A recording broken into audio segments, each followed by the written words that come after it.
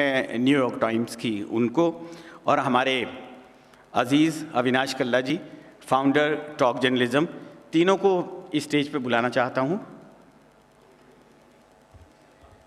That session will take 2 minutes. हम उसको start करेंगे। आप लोगों से गुजारिश है कि यहीं बना रहें। Thank you so much.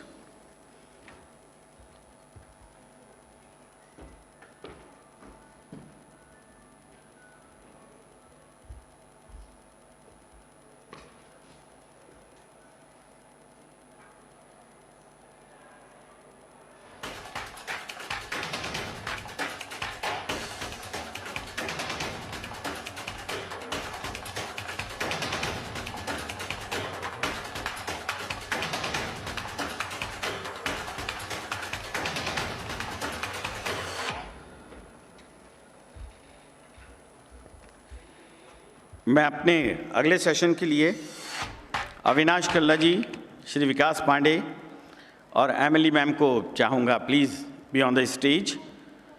Topic है India through the eyes of foreign media.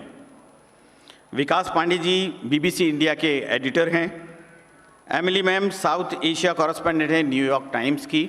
और जैसे मैंने बताया कि Avinash Kalla ji founder talk Journalism. पीछे से कह रहे हैं कि ये कुछ नहीं है, लेकिन ये क्या है हम सब जानते हैं। Thank you so much.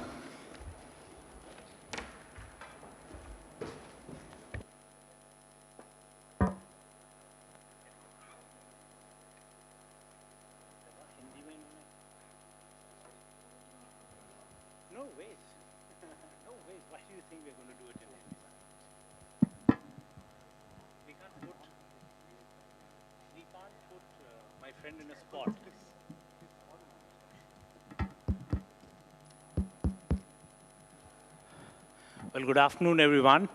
And thanks a lot, Vikas and Emily, for taking time out and coming out to address this session.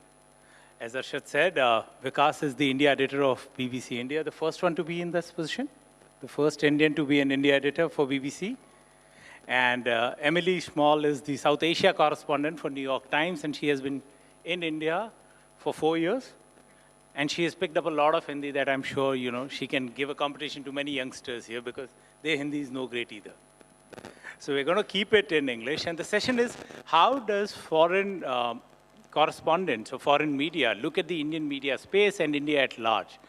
So the first question, and I'll begin with you, Emily, because Vikas is still one of us. You know, there's a lot of curiosity about what it is to be a foreign correspondent in India. What's a foreign correspondent's day like? You know, because we are running after the WhatsApp messages that we get from sources. I'm sure you're not that bugged. So what's your routine day like? You know, what does a foreign correspondent do? Well, first of all, thank you so much for having me on this panel and at this conference. It's been really wonderful so far. I mean, it's far less glamorous, I think, than it's depicted in movies. But, you know, essentially, I wake up like all other journalists and, you know, plow through newspapers, look at websites, check email. I think in the age of the 24/7 news cycle and where regional desks have been set up to facilitate fast filing, you know, I'm usually responding to colleagues in Seoul who have noticed something, you know, in the middle of the night in India that I need to respond to. And then toward the evening, I'll hear from colleagues in the UK who are just sort of getting up to speed. And it's not uncommon that till very late at night, I'm fielding questions from editors in New York. So being a foreign correspondent is definitely more than a full-time job. It's sort of a lifestyle, I would say, to which everything else has to sort of find a place because it's so energy and time consuming. Well, the way you described it, you know, going through a few newspapers, websites, and going through it, I doubt if any Indian journalist is listening to it, he or she would feel, hell, what do we do? Because I'm pretty sure I can spot a few here also who don't do that much of homework every single day. But that's hell of a work. And Vikas, what is the challenge for you? Because she's a correspondent of an organization. you lead an organization. How's your day like? Are you also typically involved in a day-to-day thing? I mean, it's pretty much the same, isn't it? Whether it's domestic media or international, you do the same. You go through your morning newspapers. I mean, I have a team. I have some very experienced correspondents. So in that sense, my job is easier. Quite often the ideas come to me rather than me suggesting. But much of the day is pretty similar to what you just said, you know, responding to emails from London, looking at newspapers, Twitter. And I suppose it's the same for whether you're a journalism student or a journalist anywhere. Today, social media, WhatsApp, these are pretty much part of your daily news cycle. We may arrive at different conclusions, each newsroom, but I think the rigor is the same for me. Really new, because I was, hopping on that because my next question is, Emily, you have been here for 4 years because you have seen it all here. How do you view the Indian media space? I think Indian media is a very vibrant, diverse, multilingual, often fun space. Could you specify on the fun part? Because for most of the people here, what we see on television every night is nothing less than a comedy. Yeah, well, I guess it's more vibrant than it is fun. But I mean, it's exciting. Let me probe again. Okay. You've gone back to vibrant, you've gone back to probe, but what's the fun part of? The fun part is how many voices there are, I think, in this space, from all over, and the antics sometimes to which some TV reporters will go to show that they're at the scene of a news story is funny. Some of the graphic choices. They dance in the war zone. Sorry? And then they dance in the war zone. Exactly, yes. But no, I mean, it's exciting. It's, India's still a place where people buy newspapers. I work for a newspaper, so I really like that. And it's a place where people usually buy more than one. And so it's a literate society. It's a society that is steeped in news. And I think even in areas where there wasn't as much penetration of media as before, social media has brought people in. And it's something that I think Indian people, by and large, like to talk about the news. It's very much a part of the culture here to talk about the news. So I think it's a very inclusive space, but sometimes I feel that the foreign media and the domestic media are approaching the same story in very different ways. And I was about to come to that, thank you, opened it up, because the normal perception, Vikas and Emily, it is that Western media shows India in a very bad light. How do you respond to that? Shows India in a bad light? Yeah. How do you respond to that? And more especially in the last 2 years, the images that we have seen. I mean, that's criticism we get quite often. And I think it's how you perceive, whether it's domestic or international media. And I'm not defending. We do at the BBC all kinds of different stories. We tackle COVID, but when Mirabai Chanu wins a historic medal, we do a nice profile of her as well. But the problem is, what is your confirmation bias and what you want to see? So if we are critical of the government when things are not happening the way it should in COVID, and you only want to read that and ignore everything else, then of course we'll come across as showing India in bad light. But the thing is, BBC does a lot of travel shows, food shows, enough profiles. So we do like quite a wide range of stories, but the problem is people only choose to see what they want to see. Emily, how would you respond to that? Your newspaper and the picture that came during the times of COVID. Sure. I mean, I think it was our responsibility as journalists to show the ground reality, however stark. And it was certainly very stark here, as it was in many parts of the world. But I think also, whether we don't choose the news. We don't decide that there's going to be a riot in the capital or there's going to be a terrible incident of communal violence here in Rajasthan or in Uttar Pradesh or elsewhere. We have to cover the news, though, as it happens. And if the majority of news is negative, that's not our fault. And it's not our desire. I mean, I think sometimes I get feedback from government officials or even Indian journalists who I think are properly critical of international coverage to a certain extent from a post-colonial context. They're tired of foreigners coming in and telling them their own story. They would like to tell their own stories, and I have great sympathy with that. But I think it doesn't mean you can overlook things because they're not favorable or palatable. You still have to include the sort of grittiness of politics, of everyday life, of a country that's very much in transition, that is still quite young, is still, figuring out what it is and building a future for itself. So, but I think that that's done when both local, domestic media and foreign media are approaching stories in different ways. You get a fuller picture. Well, Emily, in your reply, you mentioned about when you talk to the government officials. There is one more thing I would like to say.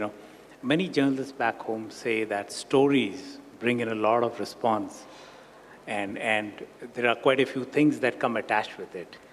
Are situations the same for you? Because there are constraints in which a local media has to work, which is not there for you. So does that make your job much more challenging, or that gives you an extra cushion to go that extra yard and file that story? Yeah, I think by and large, foreign correspondents in India have more freedoms because we don't live here. We don't necessarily own homes here or have extended family members. There are not as many pressure points. Where we are vulnerable is with visas, and we have been made to understand over the years that it's completely up to the government whether a visa is issued and the length that a visa is issued. In Delhi, where the majority of foreign correspondents are based, we've surveyed and found that there have been issues where reporters have written stories that haven't been viewed favorably and have therefore been penalized with shorter visas or other troubles of that nature. But I would reiterate that it's still much easier, I think, being a foreign correspondent here. None of us have been jailed. And how challenging is that for you, Viv? I mean, the pressure points are different, of course. We don't have visa issues. And it's not like we get called, but in different ways. I won't go into details.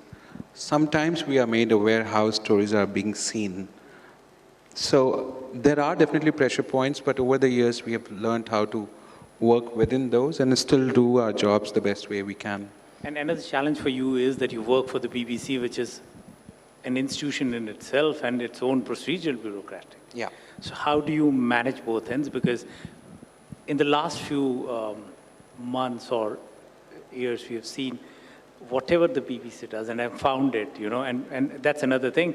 The Indian journalists face a lot of flack from the audience here.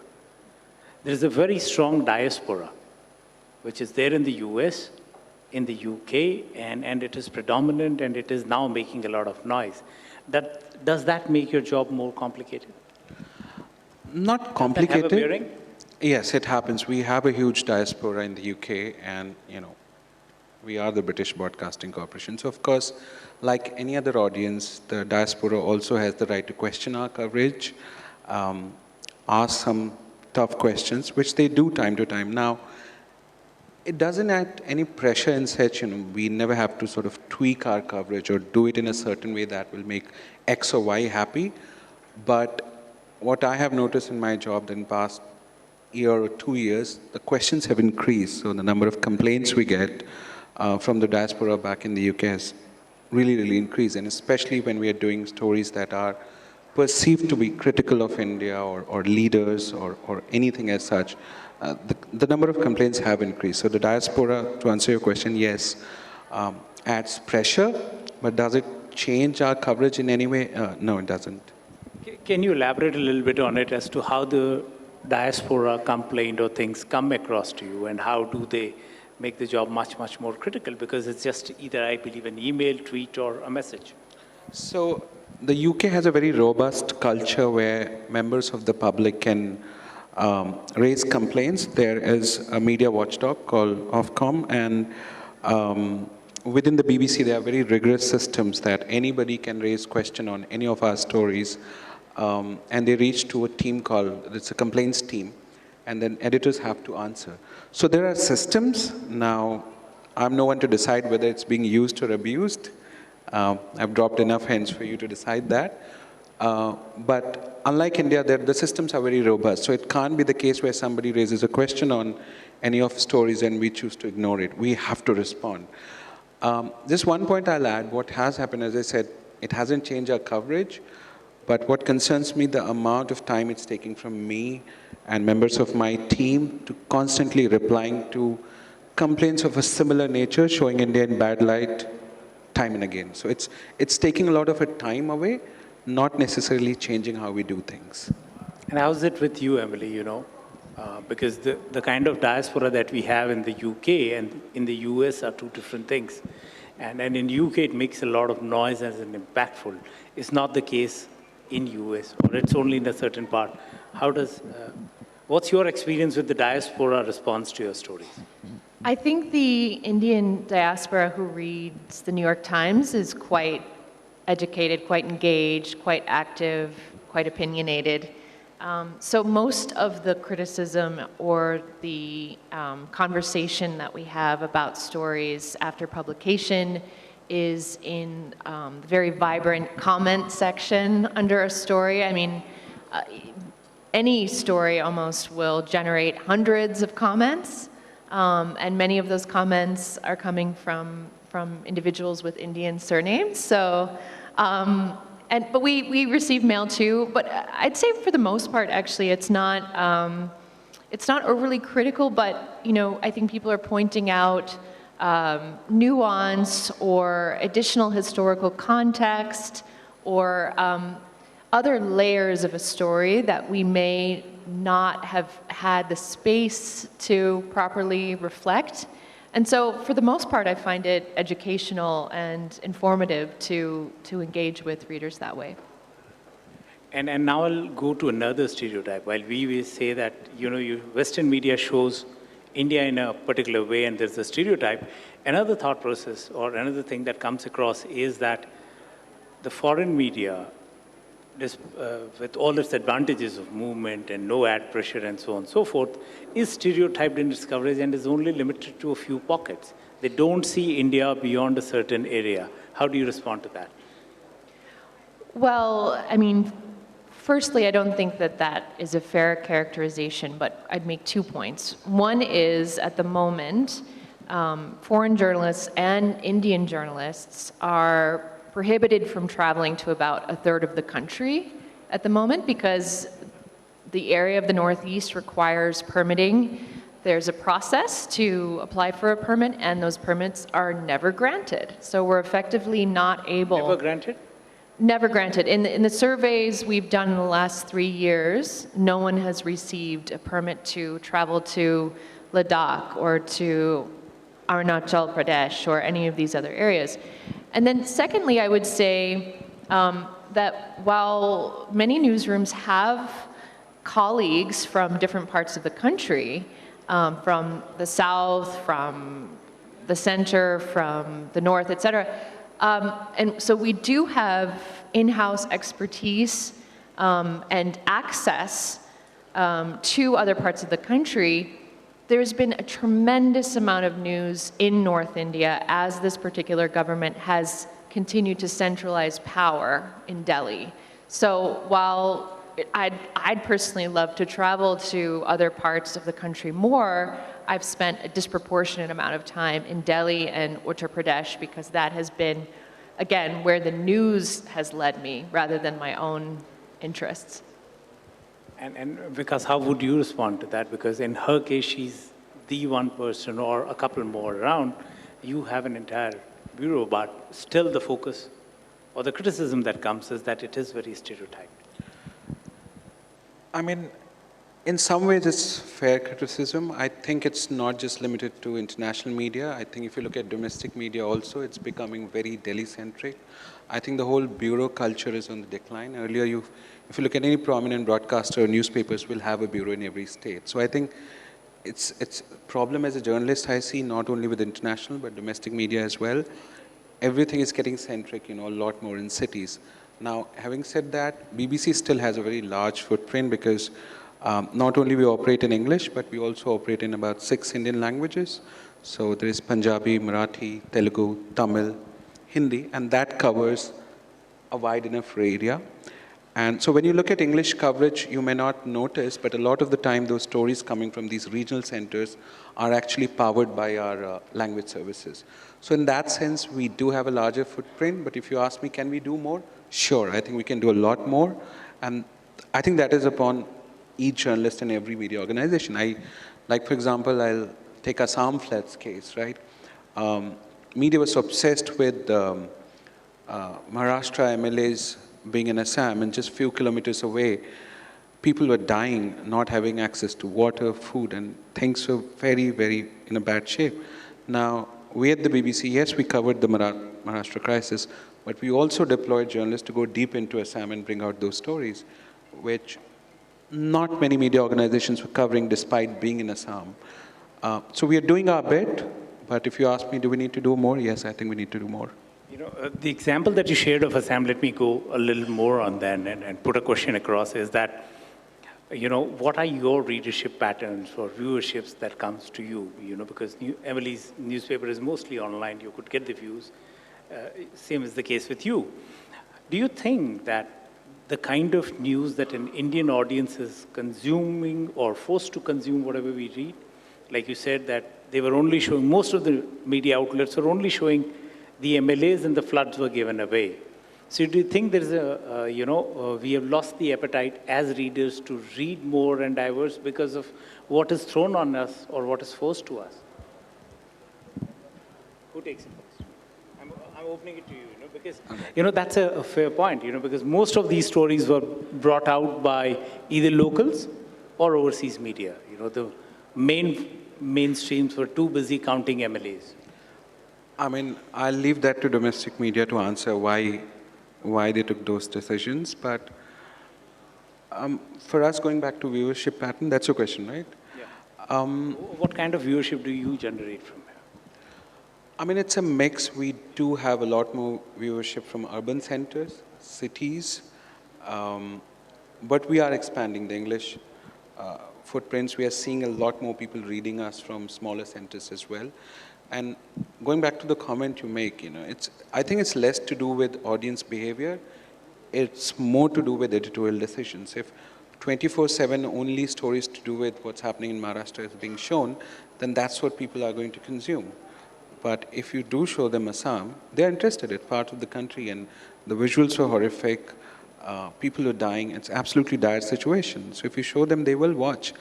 And just to add to that point, and that's why you will see on platforms like YouTube and Instagram, a lot of journalists who are branching out and going individual are raking in more views than media organizations. And I think that is something they need to think about. It can't be just thrown at the audiences that that's what they want. I think you need to give them and then decide. Because if it's just one-sided, you can't deduce from that, okay, everyone is just interested in politics and nobody wants to watch Assam. Emily, your take on it? Yeah, I mean, I think audiences around the world like a diversity of content. I mean, they want to have the news, but they also want entertainment, they want environment. And I think some of the TV news channels here, very much like they do in my home country, the US, probably for budgetary reasons, will focus on one story ad nauseum, day after day, while sort of neglecting other stories simply because it's cheaper to do that. And they think people will watch regardless of what they put in front of them. But I think audiences are becoming more sophisticated, they're becoming more demanding, and they can simply turn the channel off and watch something on YouTube or watch something on Instagram. And so I think for news organizations to survive in this climate, they need to actually return to their roots in offering audiences, a diversity of content. And that's what we try to do. And before I throw the house open to people, one question that I would like to ask is, a lot has been made and reported on the Freedom Index that we've been talking. How do you look at the media freedom in India from your perspective? And then I'll open it to the audience. Well, I'll just briefly say, I think as we all know, a number of Indian journalists are currently in custody, and I think that speaks broadly about the Freedom Index. How would you look at it? I mean, I'll agree, yes. We've all been reading headlines, and I mean, if you just look at headlines and what's been happening the past few years, when you talk about media freedom, yes, I think we need to do more to allow journalists to be able to work absolutely independently. Fair enough. Now, I'm opening it up to the House. If anybody has any question, there you go. Right there, yeah.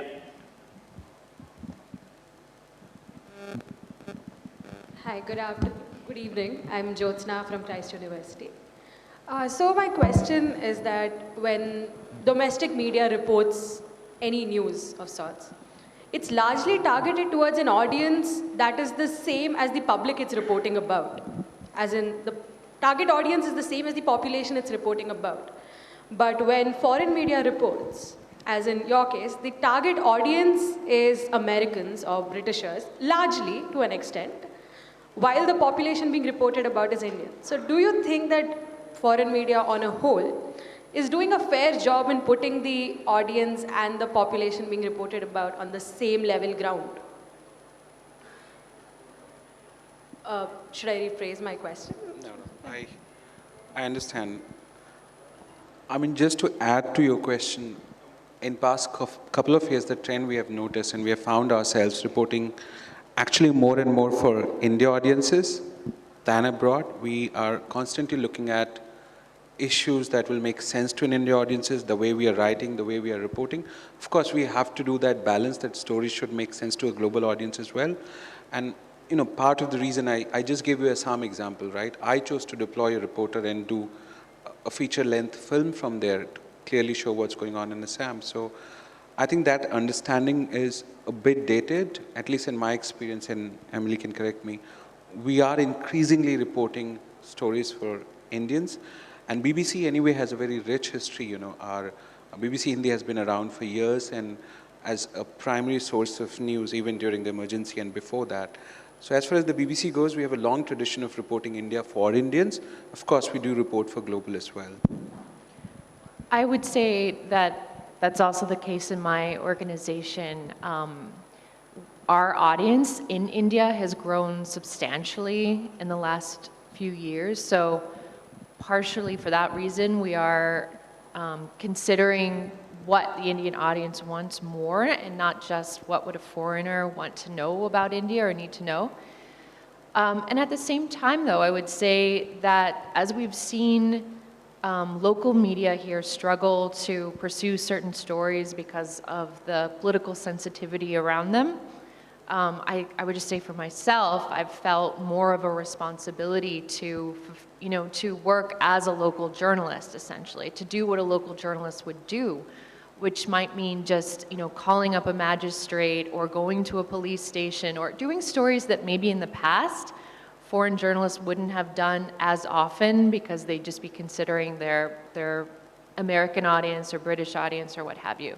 I think now I'm at least acutely aware of my role as a journalist, period, in a very critical moment in India's history. If you can ask one quick question. One quick. Okay, one quick. There you go. Good evening, panelists. I'm Tanisha from Christ University.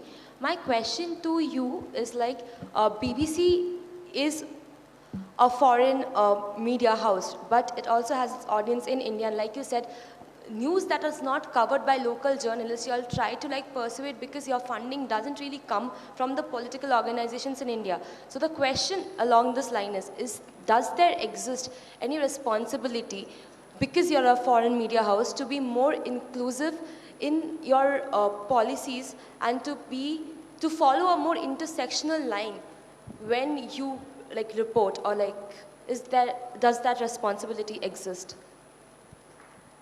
Sorry, could you repeat the last part? My question is that, do you face that there's a responsibility on your part as journalists to follow a more inclusive storyline and be more inclusive when it comes to intersectionality of caste, gender, creed, which are not addressed in the Indian media? Yeah, absolutely. I think that should be, part of the job for not just the BBC, for any journalist on any media outlet. I mean, it's kind of not just India, anywhere, any country, any kind of society, the role of any media house or even individual journalists is to be as inclusive as possible in your reporting and to give space to, wide range of people, issues, and topics. And I think that's what makes you a great organization if you're doing that.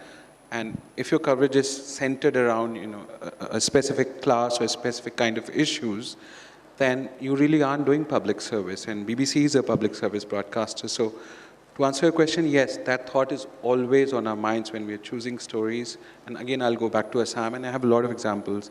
If any of you want to talk to me after this, please feel free to do so.